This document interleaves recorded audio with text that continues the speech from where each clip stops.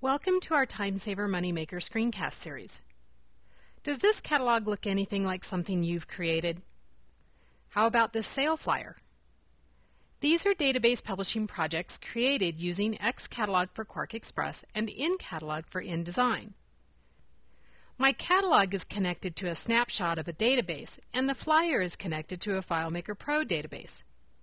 Making a connection between the catalog and databases, I can easily auto-generate entire catalogs, make updates in the catalog that are pushed back to the database, and make changes to the database that are pushed into the catalog.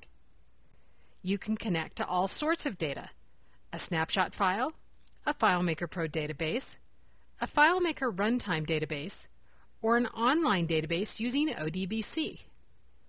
What's more, because I had originally created these projects manually, I first used Xcatalog, a QuarkXPress extensions module, to generate the database snapshot to which I'm now connected. If you're an InDesign user, don't worry, it works exactly the same way for your chosen application.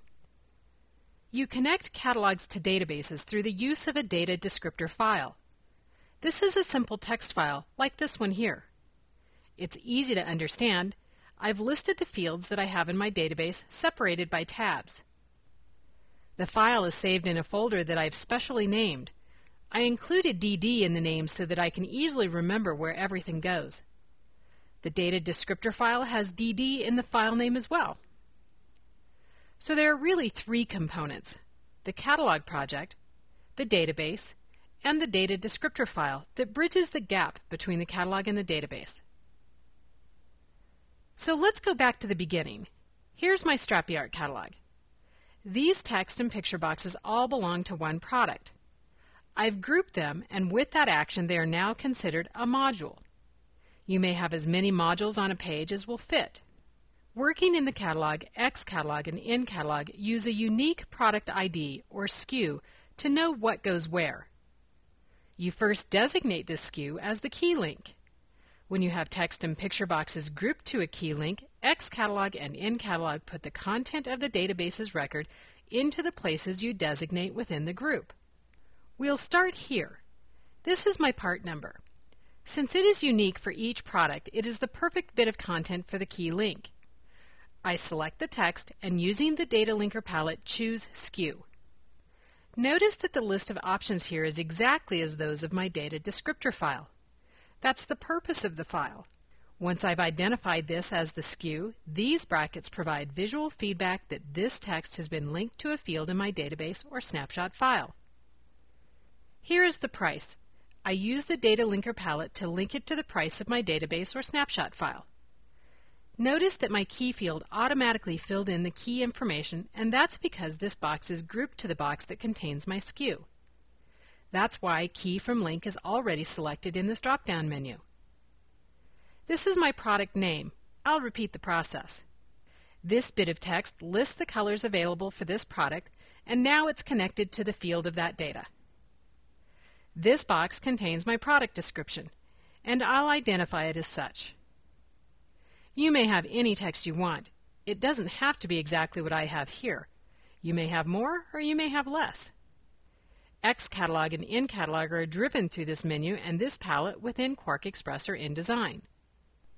I've already completed the rest of the products in this spread, so I'll now create the data snapshot file. First, I need to tell Xcatalog to what type of database I will connect. I choose snapshot file as both the source and the destination. Now when I choose Create Data, Xcatalog generates a text file and puts the products into the file. If you have several databases, that's easily managed as well. You would just make sure that your data descriptor file includes the name of the database to which you are connecting. Notice that Xcatalog, and InCatalog likewise, does not actually export the pictures to this file, but rather path names to the pictures. I'll make a change to this product name in the first record. Now, back to my QuarkXPress 8 project, I choose Update Document from the Xcatalog menu. I'll zoom in, and you can easily see the change that I made to the product name that I made in the snapshot file. So what about that sale flyer? You've seen thousands of variations of this. Every Sunday paper has a handful of them. This project is just as easy as the catalog. With this project, and because I'm on a Mac, I have connected directly to a FileMaker Pro database. When I make changes to the database, I can update my document. If I were to make changes to my project, I could update the database using the Xcatalog menu as well. Did you notice this special price formatting that I have throughout? The radix and cents are superscript. I was able to do this using express tags and a price style. A price style is a style sheet for your prices. It's actually a simple text file that I've stored in my DD folder along with the other project components. With a price selected, I use the data linker palette to identify it as a price and that I want to use the price style to format it. My price style is called normal. Another nice feature is that you may have lots of designers using the same data and all of you creating your own unique pieces. You manage the rights to these files using the Open Data and Closed Data options to ensure that there are no conflicts and that just one person is making changes to the data at any given time. There are lots of database publishing extensions and plugins, but I have to admit that Xcatalog and InCatalog are my favorites. Still, the intent of this screencast is to show you how easily you can create catalogs from databases and databases from catalogs using extensible technology, regardless of your choice of extensions module or plugin or your favorite publishing application.